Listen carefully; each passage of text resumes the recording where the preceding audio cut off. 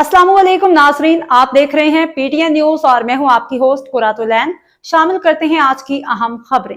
वजीर आला मरियम नवाज की जापानी डेयरी कंपनी को पंजाब में सरमायाकारी की दावत।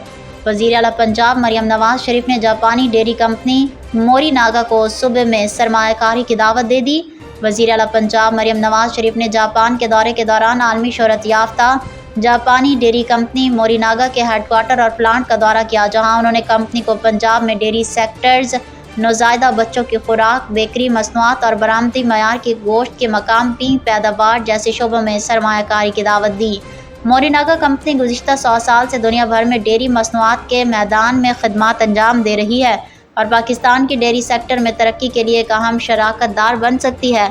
मरियम नवाज शरीफ ने कंपनी की तहकीक व तरक्की शोबे का भी मुआयना किया और कंपनी की जानिब से उन्हें जामिया ब्रीफिंग दी गई। वज़ीर आला पंजाब ने अपनी गुफ्तगू में कहा कि हम मोरिनागा के डेयरी में तजुर्बात को पंजाब के लिए मॉडल बनाना चाहते हैं। पंजाब हुकूमत डेयरी मसनूआत से मुतालिक सरमायाकारी के हर शोबे में कंपनी को मुकम्मल सहूलियात फराहम करेगी। एक माँ होने के नाते बच्चों की निगहदाश्त मेरे लिए ज़ाती तौर पर भी निहायत अहम है।